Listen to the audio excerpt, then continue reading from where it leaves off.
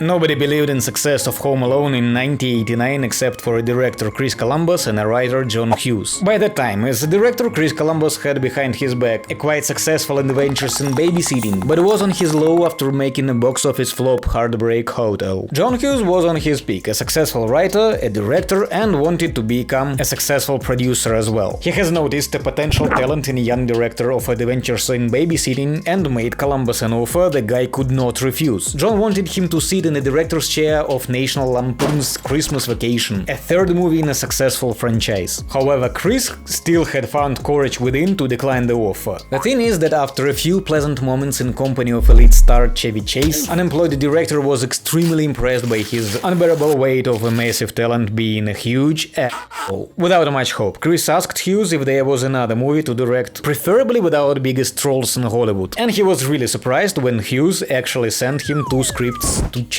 One of them was Home Alone, another one was not Home Alone. John Hughes had written the first drafts within 9 days, right after he had finished another one of his hits, Uncle Buck, with John Candy and some young boy who had been showing attributes of a potential movie star on the set. Waiting for your sex?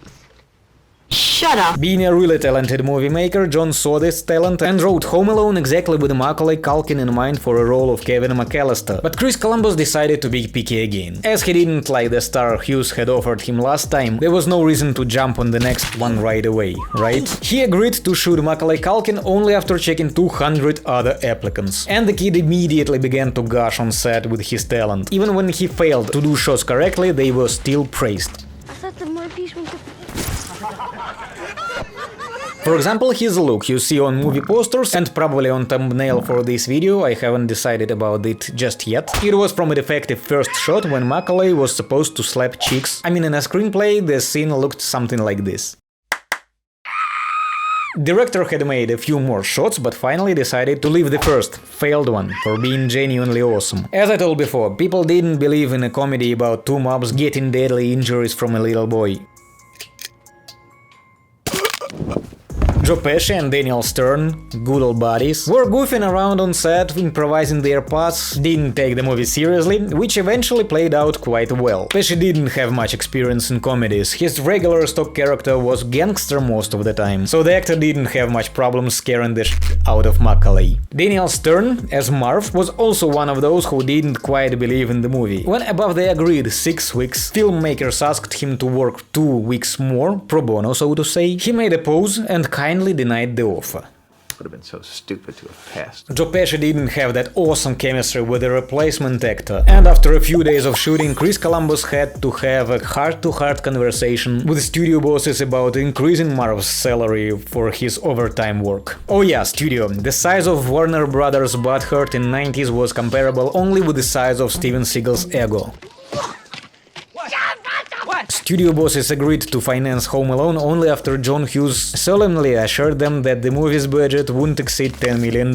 However, several weeks later, when Chris Columbus decided to catch all the Pokémons and started to collect all heroes from his childhood on set, agreed budget began to rapidly grow in size, like Steven Seagal after the second Under Siege. On peak it was close to 15 million. So when Warner Brothers saw that the movie had gained additional 50% of its cost, they stopped John Hughes and Chris Columbus right there. We could have been left without the main Christmas beat-em-up picture of the century, guys. If only prior to that John Hughes hadn't made some preliminary adjustments. By the time Warner's told everybody to go home, he had already secretly discussed the future of the project with another studio, 20th Century Fox. Unlike Brothers, Fox saw a big potential in the comedy and when it was abandoned, immediately jumped in with $18 million in hands. As a result, Home Alone grossed almost $500 million worldwide, won a dozen awards, broke World Guinness Record and made involved people great again.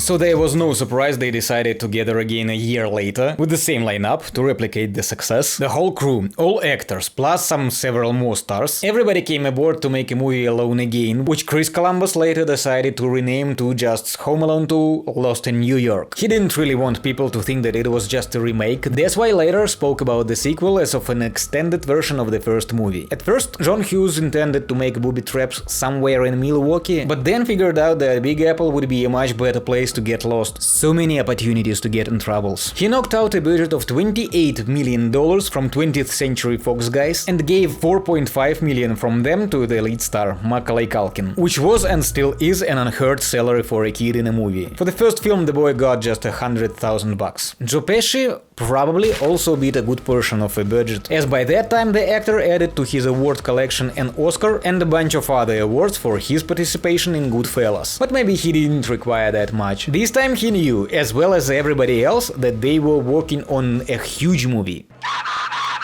Together with some bonuses, a lot of them, this fact also added some complications to the filming process. There were always big crowds of fans nearby set. And if in the first Home Alone it was already quite difficult to shoot in and operate in an airport, this time losing a child in an airport was close to impossible, as Macaulay always had to dodge random people who wanted a selfie with a young superstar and constantly ruined shots. There was also another big fan of the movie. Donald Duck bullied his way to his cameo by telling the director that his appearance on screen was the main condition for using Plaza Hotel. At first Chris Columbus got pissed off by that, but then calmed down when test screening showed that audience was happy to see Trump leading Kevin in the wrong direction in his own hotel.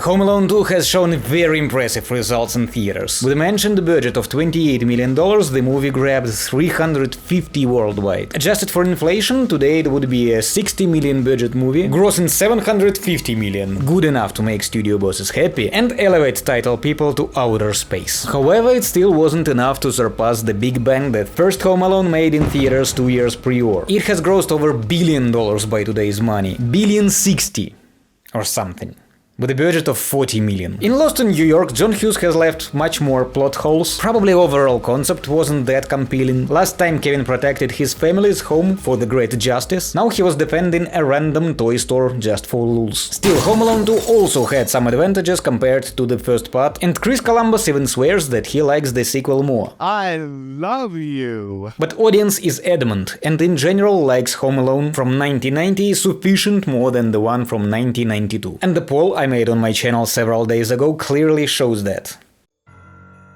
Who are you?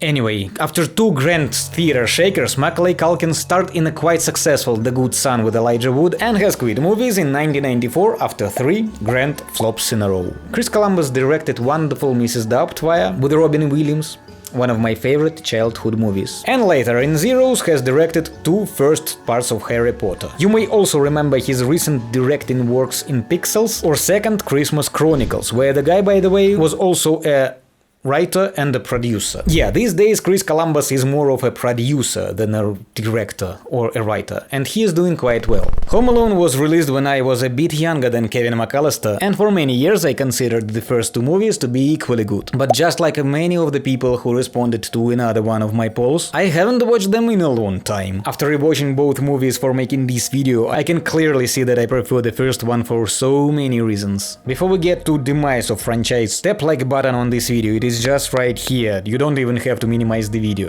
Thanks a lot. A script for the third Home Alone was ready shortly after Lost in New York exploded in theaters with a pack of new booby traps. John Hughes wanted the show to go on, but the rest of the original Home Alone crew wasn't quite as enthusiastic about the idea. Chris Columbus diligently pretended to be busy with something else, anything else. Hey, Jonah, I heard you want to make Home Alone 3. Yeah, you want to help? No, I got stuff to do. He found a convenient excuse, claiming that it was important for a newcomer to get a chance to shine, just like he had with the first Home Alone movie. He pointed his finger at Raja Gosnell as the director, citing his editing skills in the first Home Alone movies and his editing work on a Miracle on 34th Street, it is hard to say, where John Hughes was one of screenwriters. Macaulay Culkin was tired of being stuck in Kevin's role, and as I told before, soon enough decided to step back from Hollywood for a while. Neither reasons nor persuasion could turn him back against bandits. I don't think so. So soon enough, it became clear that something had to be given. Either the third Home Alone movie should have been scrapped altogether, or there needed to be some significant changes to the plan. Despite the fact that many people wanted to close this door, the studio stubbornly insisted on creating a brand new script with a younger lead actor. So John Hughes came up with an idea to make a spin-off about Macaulay's younger brother, Kieran Culkin, Kevin's cousin in original movies. He was supposed to be left at home by Frank and Leslie, his parents from the first and second parts, and get to punish Marv and Harry again with a fresh set of traps. However, Kieran Culkin was terrified of being overshadowed by his older brother and wisely declined the role. Daniel Stern and Joe Pesci had no interest in returning to franchise without original Kevin. Do we want Marv back? Do we really need more of that guy? I don't know. I don't know how. I mean, it's a...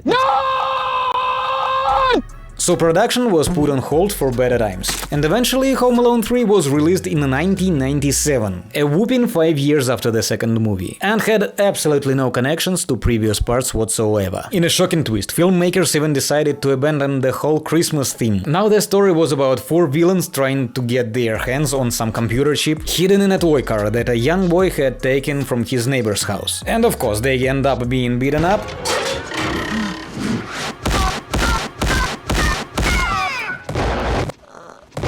The movie's budget was inflated up to $32 million, making it the most expensive installment in the franchise. But it only managed to gross $79 million at the box office, which isn't a terrible result, but definitely showed that the concept was starting to lose its appeal. So the following movies in the franchise skipped theaters and went straight to the small screen. The non-canonical Home Alone 4 was filmed 5 years later in South Africa with a mini budget and caused a massive wave of facepalms among fans of franchise. In this part, Marv had returned, now accompanied by a lady who expanded the limits of stupidity to an infinite level. Naturally, the filmmakers dreamed of bringing Daniel Stern back for the role, and had audacity to offer him the part, which the actor considers to be the worst offense of his career. From this point on, Home Alone movies received ratings around 3 out of 10, indicating their truly fantastic quality. There was also a 5th movie released 10 years later, and most recently Disney, known for taking beloved franchise and turning them into the soulless mess, released a 6th installment on their streaming service. The hero kid is no longer the main character. The bad guys are no longer that bad. Everyone is just equally bland. Chris Columbus was shocked to learn in 2020 that the 6th movie was in the works and had no idea what the point of it was. The director of the classic